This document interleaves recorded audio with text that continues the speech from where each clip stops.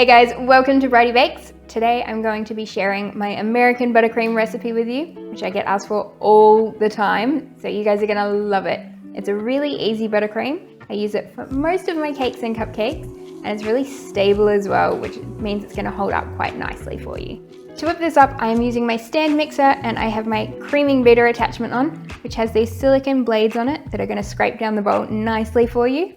If you don't have a stand mixer, a hand beater will do just fine. You just have to be prepared for some sore arms if you're standing there holding it for a while. Now for my buttercream, I have got 320 grams of butter, which is right in that sweet spot where it's not sloppy and melty, but it's not rock hard either. So if you take your finger and give it a little push, it should still be fairly resistant, but just enough give that you can leave a bit of a finger dent in there. I've also got 700 grams of icing mixture, which is icing sugar with a little bit of corn flour in it, which is going to stop it all clumping together.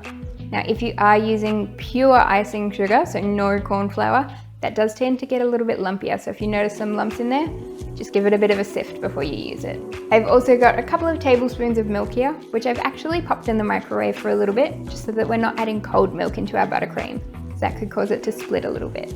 And I have about 2 teaspoons of vanilla bean paste, which I'm using for my flavoring, but you guys can use vanilla essence or vanilla extract or any other flavorings that you want as well. So the first thing I'm gonna do is chuck my butter into my stand mixer, pop it on medium-high speed, and let that mix away for about 5 minutes.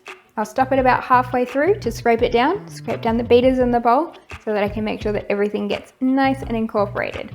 And what this beating is going to do is essentially pop heaps of air into our butter, really whitens in color and makes it nice and light and smooth and fluffy and delicious for us.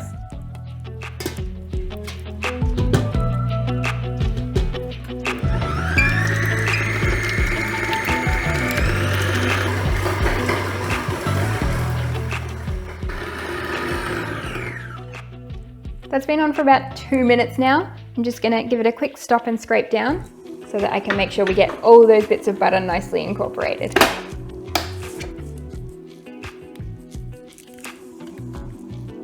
And I can see that the butter's already started whitening in color. Now we'll put it back on for another couple of minutes.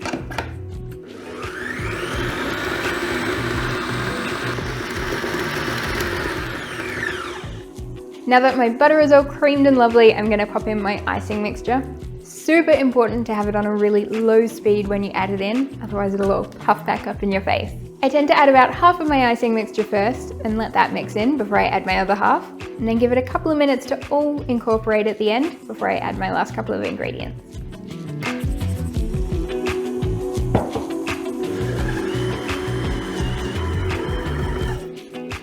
So that's all smooth now. Ready for the other half.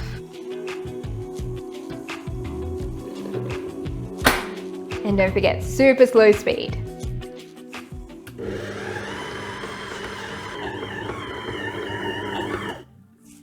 Once it's all mixed in, we can turn the speed up a little bit, back to medium-high to let it all incorporate.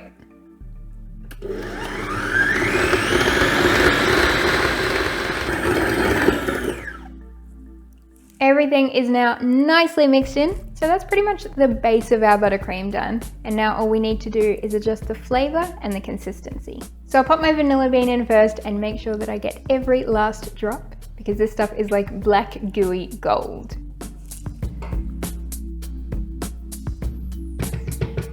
Give that a little bit of a mix in.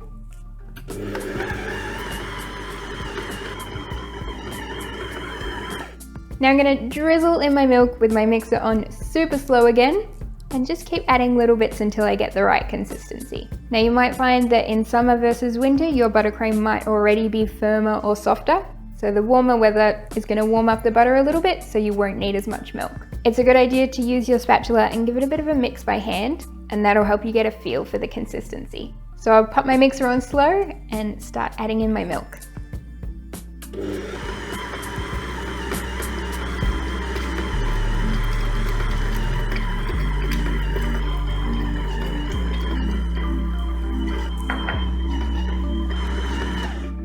I'm just going to give this a quick mix by hand so that I can make sure that it's at the consistency that I'm after.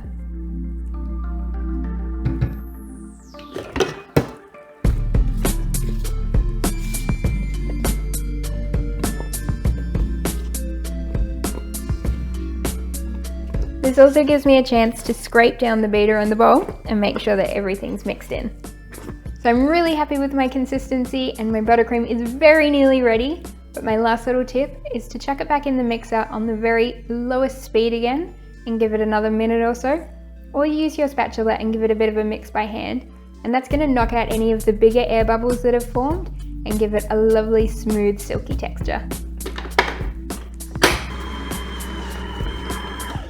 Now my buttercream is ready to use. You can pop it in a piping bag and it's going to pipe about 2 dozen cupcakes, or you can use it to fill and ice, I say about an 8-inch size cake. You can also pop it in a container in the fridge, but just make sure when you bring it back to room temperature, before you go to use it, you give it a nice mix again to get rid of any of those pesky air bubbles. I hope you guys found this video super helpful. If you're wanting to learn some more about baking and caking, don't forget to like my videos and subscribe to my channel.